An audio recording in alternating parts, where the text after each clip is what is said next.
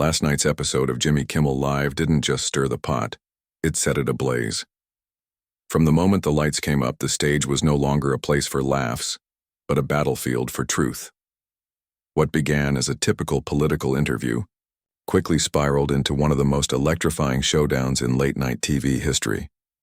Before we dive into the drama, drop a comment with where you're watching from, and make sure to subscribe so you never miss the stories that shake the airwaves. Under the harsh glow of the stage lights, the audience roared, an explosive mix of cheers and boos creating a chaotic symphony. Then she entered, Karoline Leavitt, the youngest White House press secretary in history. Her presence was razor-sharp, with platinum blonde hair and piercing steel blue eyes that commanded instant attention. Her crimson suit blazed like a warning. She hadn't come to play defense. Facing her, Jimmy Kimmel, the reigning king of late night. Behind his polished desk, his iconic grin masked the mind of a satirist ready to push limits. From the start, the crowd was split. One half chanted for the president, the other erupted in loyal laughter for Kimmel. As the camera panned across Leavitt's face, her icy confidence never wavered. Kimmel, slick in a black suit, looked ready to pounce. As the opening theme faded, Kimmel welcomed the audience with his trademark smirk. "Welcome to an evening full of surprises," he said, his voice smooth, laced with sarcasm. The crowd roared. "Our guest tonight? Straight from the White House. Let's hope she brought a map to find her way through my questions." Laughter erupted, but at stage right, Leavitt remained still. She smiled, cool and unbothered, as if she'd heard it all before. She strode to the guest chair with unflinching grace, her red suit blazing beneath the lights like a declaration of war. Her handshake with Kimmel was brief, firm, and loaded with meaning. As she sat, legs crossed, her eyes locked on his like a fighter sizing up her opponent, the audience fell into a hush, sensing something different was brewing. Kimmel leaned forward. "Karoline, welcome. What's it like being the face of the White House, or should I say the cleanup crew for the president's tweet storms?" Laughter again, but Leavitt didn't flinch. "I'm proud, Jimmy. Proud to represent millions of Americans, not the few sitting here twisting facts into punchlines." A stunned silence followed, broken only by scattered applause. Kimmel's brow lifted. His smile flickered. Just for a second. "Oh, coming in hot. I like that," he said. "But be honest. Doesn't your job sometimes feel like a stand-up act?" Leavitt tilted her head slightly, eyes gleaming. "Comedy? No, Jimmy. I leave the clowning to you. I speak for those who deserve facts, not tricks." The audience erupted, cheers louder this time, forcing Kimmel to raise a hand for calm. The camera zoomed in on his face, still smiling, though tension now edged his eyes. Leavitt sat tall, locked in, a gladiator mid-duel. Kimmel leaned in again, eyes glinting like a gambler about to play his ace. "You say you represent Americans," he said lightly, "but when the president's policies drive prices up, how do you explain that to struggling families?" The crowd hushed. The jokes had faded. This was real. Leavitt answered, calm and clear. "Jimmy, rising prices are a global challenge, not an American one. We're protecting jobs, reducing foreign dependency. Have you ever highlighted the millions who kept working because of our policies? Or do you just cherry-pick numbers for laughs?" A cheer burst from her corner of the crowd. Kimmel shifted in his chair, grasping for a comeback. "Oh, I love numbers," he quipped, "especially when they crash, like the stock market." A ripple of laughter followed, but softer now. Leavitt didn't let up. "Market fluctuations are normal, Jimmy. What's not normal is people like you turning misinformation into entertainment, dodging real questions for punchlines." The audience split down the middle, half standing to clap, the other half jeering. Kimmel raised a hand to settle the chaos, but his eyes had lost some of their sparkle. "Real questions, huh?" he shot back, his tone sharpening. "Okay then, how do you explain the president constantly making claims that are, let's say, hard to verify?" Kimmel said, his tone edged with mock courtesy. Leavitt responded with a cold but composed grin. "Polite. That's a new word for you, isn't it?" she quipped, drawing genuine laughter from parts of the crowd. This time on her side, I'm not here for word games, Jimmy. The president speaks what he believes, and I clarify what needs clarifying. But since we're talking about hard to verify, maybe start with how your show edits sound bites just to get a laugh. The crowd erupted, thunderous applause shaking the room. Kimmel held back, visibly trying to regain his rhythm. Before he could speak, Leavitt turned directly to the audience, her voice slicing through the air like a blade.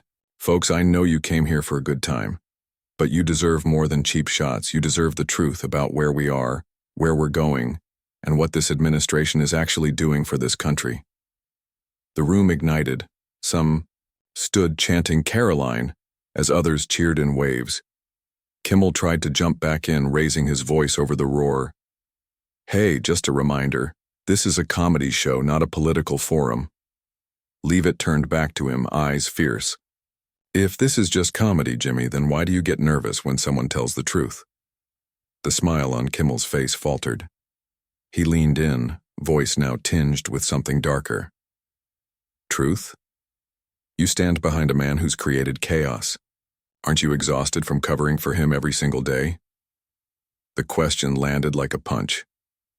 The audience went silent. Leavitt didn't flinch. She gave a faint smile. Covering? No, Jimmy.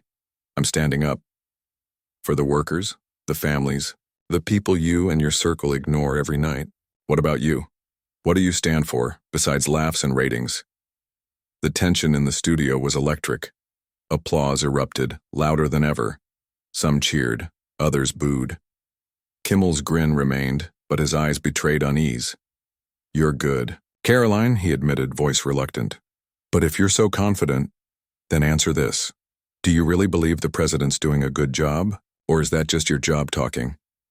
Without missing a beat, Leavitt replied, I believe in our mission, building a stronger America. What about you, Jimmy? Do you believe in what you say every night? Or are you just reading from a script for your next paycheck? Applause crashed like thunder.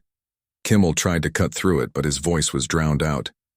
The camera zoomed in on Leavitt, calm, fearless, absolutely in command.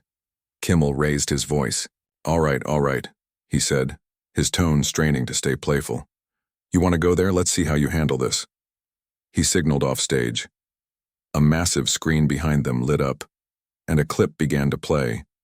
One of Leavitt's past White House press briefings. She didn't even blink. The screen showed a carefully edited moment. Leavitt stood at the podium, slightly hesitant while responding to a question about tariffs. The footage froze as a smirking reporter caught her. Mid-pause, the audience howled. Kimmel lifted his hand like a victorious gladiator. Karoline, this is the truth you're talking about? Looks like you were scrambling when asked about prices spiking 15% because of tariffs. Leavitt didn't flinch. She straightened in, her seat, eyes locked on Kimmel like a predator. That's disappointing, Jimmy, she said, her voice slow, deliberate, each word landing like a punch. You dug for hours to find 5 seconds of hesitation. But you didn't show the 10 minutes where I laid out the numbers. Tariffs helped create 2.3 million U.S. manufacturing jobs last year. That's per the Department of Labor. Want me to repeat that for your audience? A section of the crowd exploded in applause, cheers rising, swallowing the laughter. Kimmel's smile wavered. He pushed on. Jobs? You know Americans are paying 20% more for imports because of that policy. Is that your version of truth too? Leavitt leaned in, cool and unwavering, her smile tight but lethal.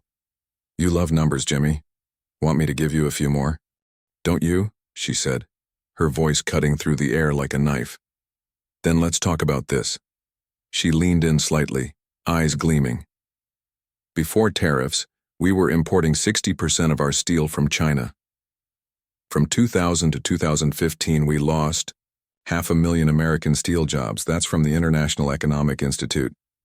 But thanks to our policies, domestic steel production is up 25%. She paused, letting the weight of the numbers sink in. That's why I'm here, Jimmy.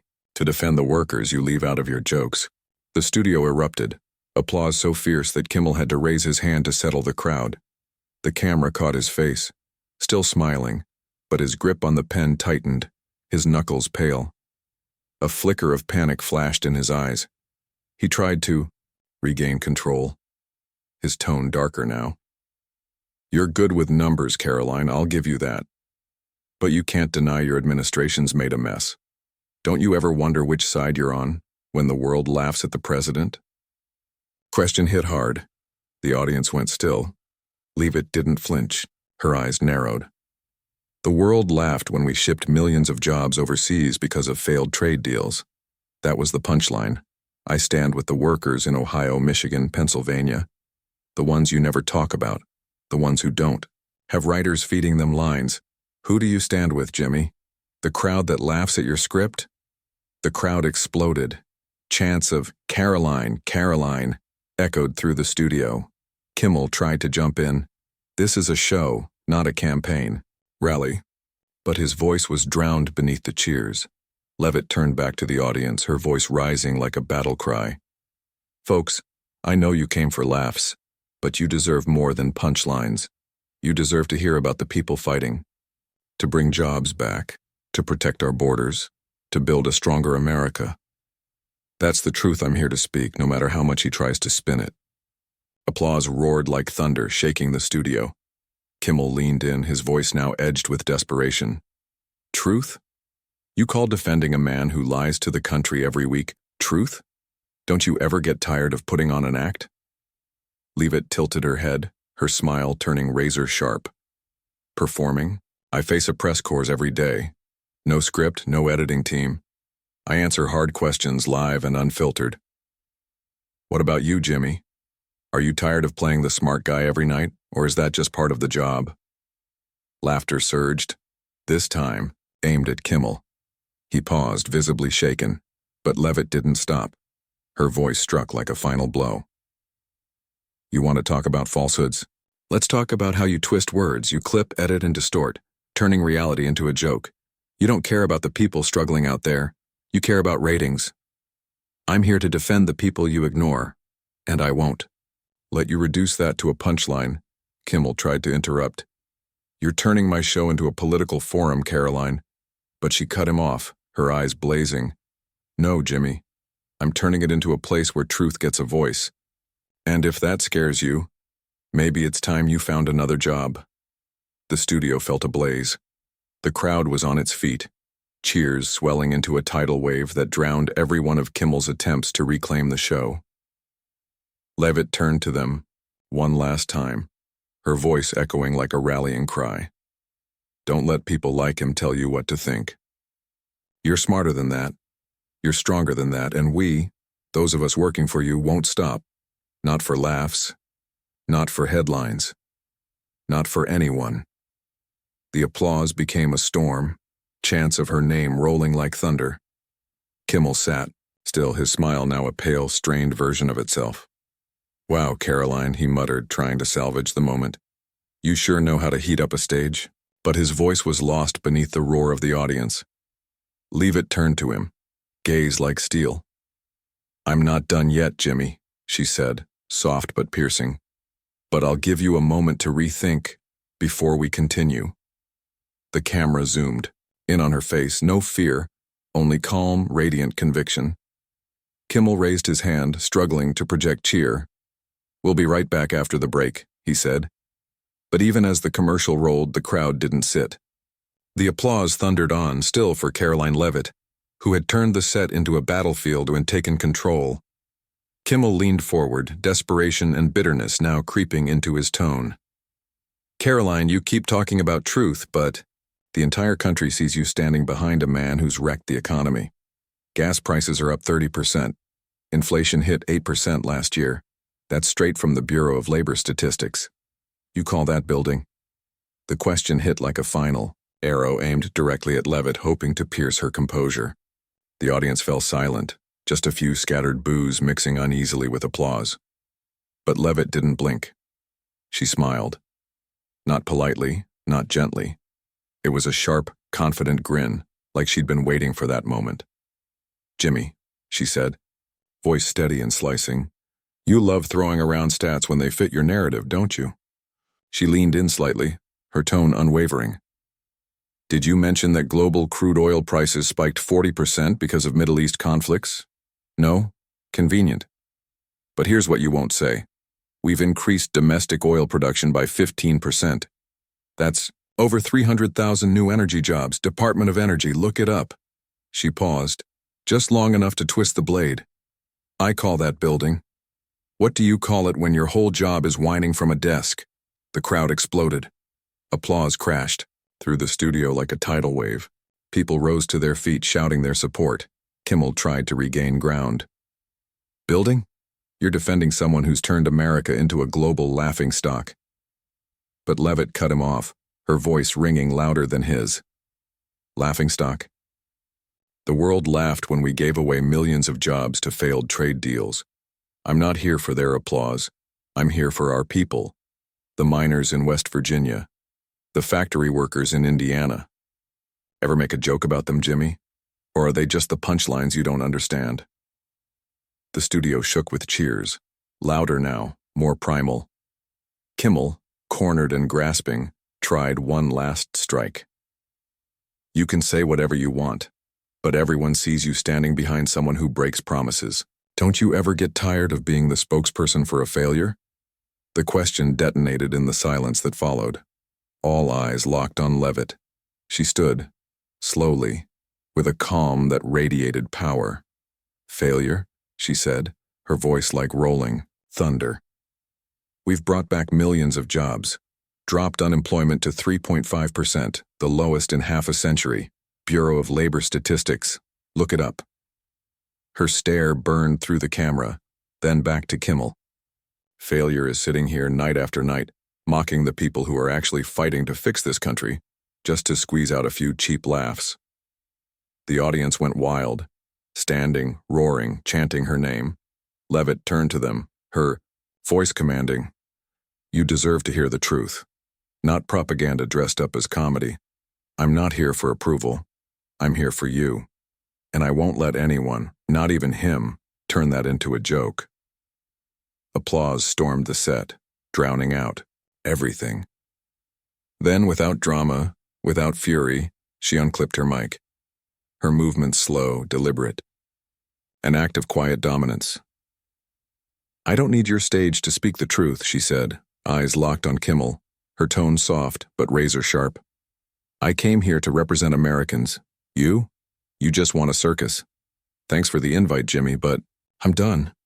She turned to the audience, hand raised like a commander before her troops. Don't let voices like his tell you what to think. You're smarter than that. Stronger than that. Believe in the truth. The studio erupted again. Cheers. Shouts of, Karoline. Phones lit up like fireworks as people captured the moment. Kimmel tried to squeeze in a line. Guess she didn't, like my stage lights. But the scattered, awkward laughter that followed only underscored his collapse.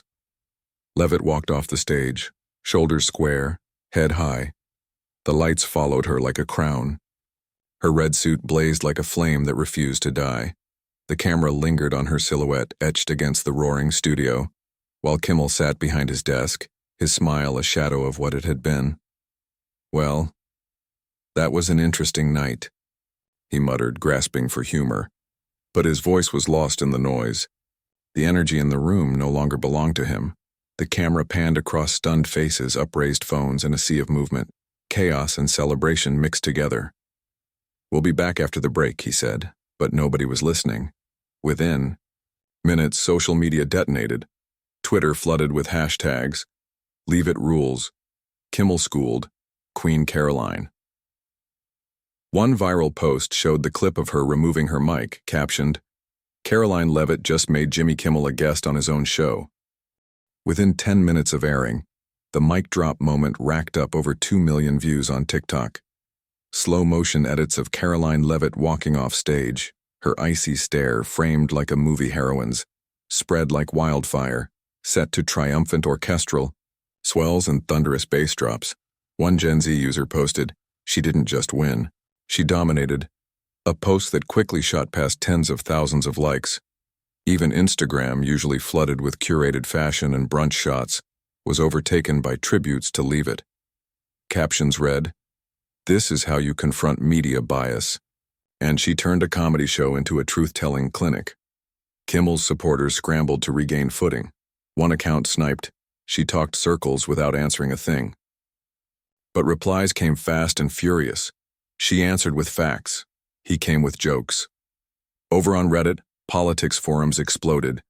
A thread on R Politics drew over 10,000 comments in hours, many calling the showdown the TV battle of the decade. A top-voted comment read, "Leavitt didn't just beat Kimmel. She exposed how entertainment media twists truth for ratings."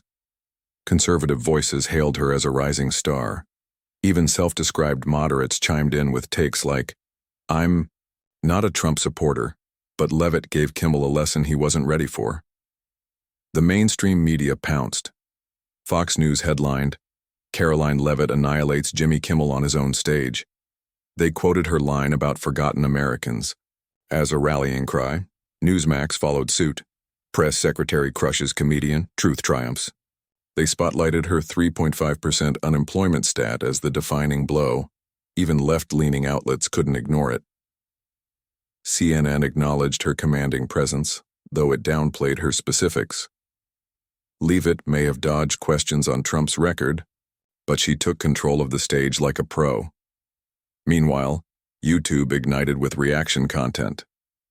A conservative creator with over 1 million subscribers posted a 15-minute breakdown titled, "Leavitt didn't just win, she changed late night forever." His video racked up over 500,000 views in just hours. Neutral influencers, many typically apolitical, began chiming in. "I didn't even know who she was," one said, "but now I want to learn about White House policy. She brought facts, not spin." Gen Z, often tagged as politically indifferent, began flocking to her profiles. Overnight, Karoline Leavitt's social media following jumped by over $200,000. Back in the studio, even as the show cut to commercial, the audience remained in chaos. Some stood, still recording, whispering to friends, "I just witnessed history." Others, even those not aligned with her politics, murmured, "She's tough." One older audience member leaned toward their neighbor and whispered, "It's been a long time since I've seen someone speak with that kind of fire on live television." Staff scrambled to maintain order. Producers rushed in. One shouted into a headset, "We just let her steal the show." Another whispered to a colleague, "Sure, the ratings will spike, but this is a hit we weren't ready for." Kimmel stayed in his chair, staring blankly at the monitor. The smile was gone. The charm quieted. He hadn't been outmaneuvered by a seasoned politician, but by a young woman who came armed not with punchlines but with conviction. Outside the studio, Leavitt stepped into the night like a victor. She didn't look back, but her gaze had already said everything. She'd turned a stage built for laughs into a battlefield, and walked off wearing an invisible crown. By sunrise, she was a national phenomenon, not just for the clash, but for turning a late-night soundbite into a rallying cry. She hadn't just defeated Jimmy Kimmel. She'd made the nation listen, the night after. The next night, the same stage lit up again, but something felt different. Jimmy Kimmel stepped out to applause, wearing his usual smile. But behind his eyes, tension flickered. The crowd clapped, but the enthusiasm felt muted, overcast with the memory of Leavitt's fire. He sat, glanced at the camera, and offered a nervous joke. "Tonight we'll keep things light. I'm not sure I can handle another guest like last night." Laughter trickled in, thin, polite. But the shadow of the previous night lingered. Online, it was still raging. The mic drop clip had surpassed 10 million views on YouTube. New headlines dubbed Kimmel the victim of his own stage. He sighed. His voice softened, rare for late night. "Last night, well, let's just say we had a lively conversation." But no punchline could erase what had already happened. Karoline Leavitt had rewritten the rules. And the whole country was watching. The next night, Jimmy Kimmel finally addressed the firestorm. "I went too far," he said, his voice subdued. "And I want to say, I respect Karoline Leavitt's strength. She's a formidable opponent." Sparse applause followed. The mood was heavy. The words, carefully crafted, landed like a late truce after a battle already lost. To many, the apology felt more like damage control than genuine reflection. One user on Twitter summed up the public mood perfectly. Kimmel apologizing too late. Leavitt won by knockout. The post surged past 50,000 likes, echoing what millions were thinking. Kimmel had fallen, and everyone knew it. Meanwhile, across town at the White House, Karoline Leavitt stepped to the press podium with more poise than ever. Dressed in a sharp navy suit, her presence was unshaken. The fire from the night before still flickered in her eyes, but now it burned with purpose. The press corps, usually ready to pounce, seemed almost cautious, their tone respectful, as if acknowledging her rising influence. "Miss Leavitt," one reporter began, "about your showdown with Jimmy Kimmel, do you regret walking off the stage?"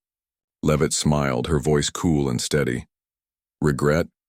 I went there to speak the truth, and I did. I walked off because I don't need stage lights to prove it." The room, typically restrained, broke into rare applause. A ripple of respect spread.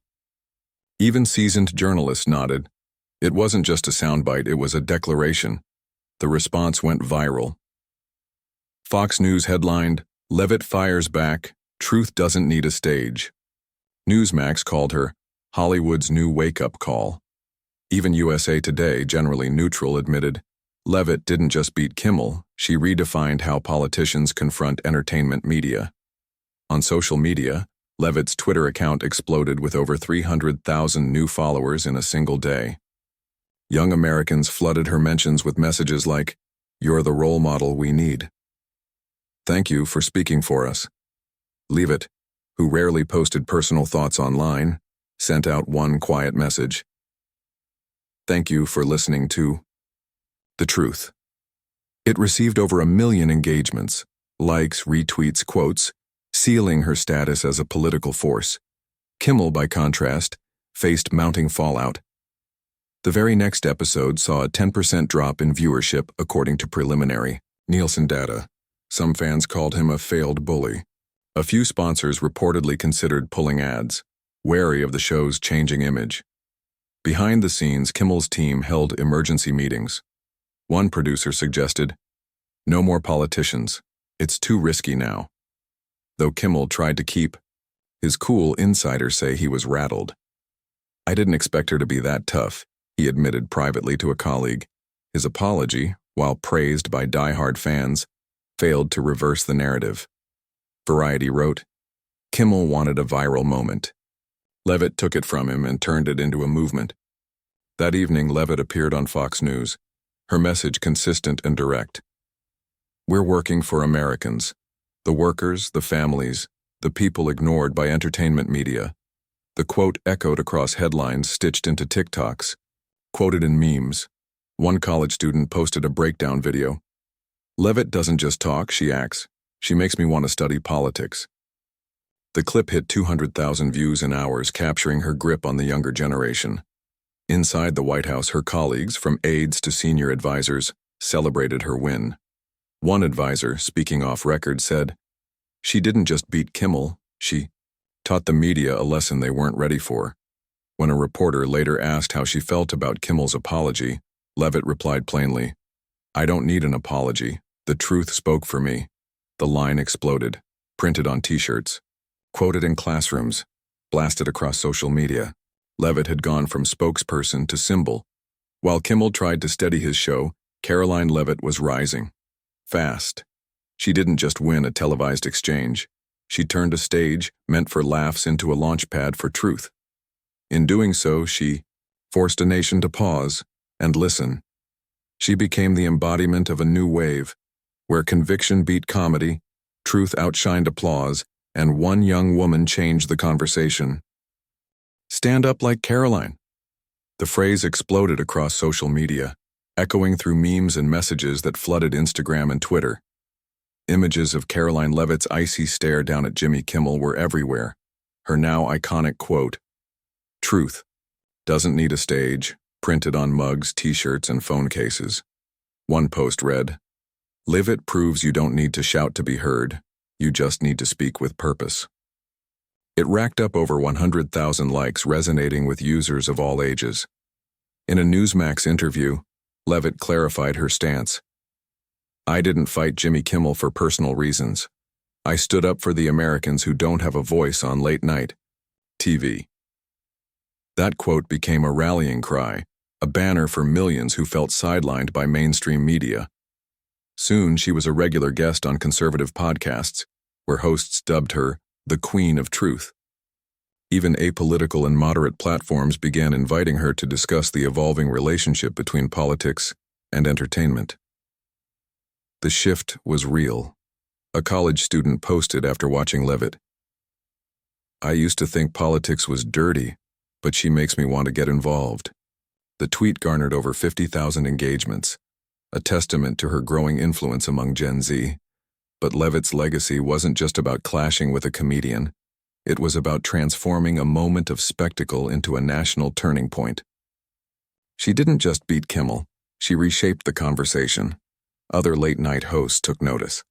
Shows like Stephen Colbert and Jimmy Fallon quietly paused plans to invite political figures, wary of another viral upset. The Atlantic published an analysis titled "Leavitt versus Late Night," declaring, "She proved that entertainment media isn't invincible. One woman with truth in hand can shake an empire built on applause." Across Instagram, young women began posting their own photos with captions like, "Karoline made me believe I can stand up too." What began as a moment became a movement. Karoline Leavitt was no longer just the White House press secretary. She had become a warrior of truth, a voice of conviction in an industry built on distraction. She took a studio built for laughs and turned it into a stage for clarity. In a world drowning in noise, she stood like a flag of truth, resilient, unwavering, and deeply rooted in the values of honesty and courage. The showdown between Karoline Leavitt and Jimmy Kimmel wasn't just viral TV. It became a defining snapshot of American polarization and a case study in how media shapes public perception. In a world where entertainment often trumps information, Leavitt's calm yet forceful delivery, anchored in facts like the 2.3 million manufacturing jobs created and 3.5% unemployment rate, showed the power of preparation and principle. She didn't just challenge a comedian, she exposed how easily truth can be distorted in the pursuit of clicks. Especially telling was Kimmel's edited version of her press briefing, attempting to portray her as flustered. Leavitt's response? She removed her mic, met the crowd's noise with silence, and walked off, not in defeat, but in defiance. "I don't need this stage to speak the truth," she said. That line captured something deeply American, the spirit of standing firm in your beliefs, even in hostile territory. Her composure under fire became a lesson for everyday life in our divided digital age. In a world where social media spats and televised debates often devolve into chaos, Leavitt offered a blueprint for holding ground. Come prepared. Like Leavitt, back your values with real facts. Stay calm under fire. Don't let sarcasm or noise distract from your message. Know when to walk away. Don't waste energy on battles that distort rather than uplift truth. Above all, remember this. In an age of noise, truth and dignity are still the most powerful tools for change. Hit subscribe to stay with us as we explore more moments where courage speaks louder than chaos, and truth, like Karoline Leavitt, takes center stage. Thanks for watching, and we'll see you in the next one.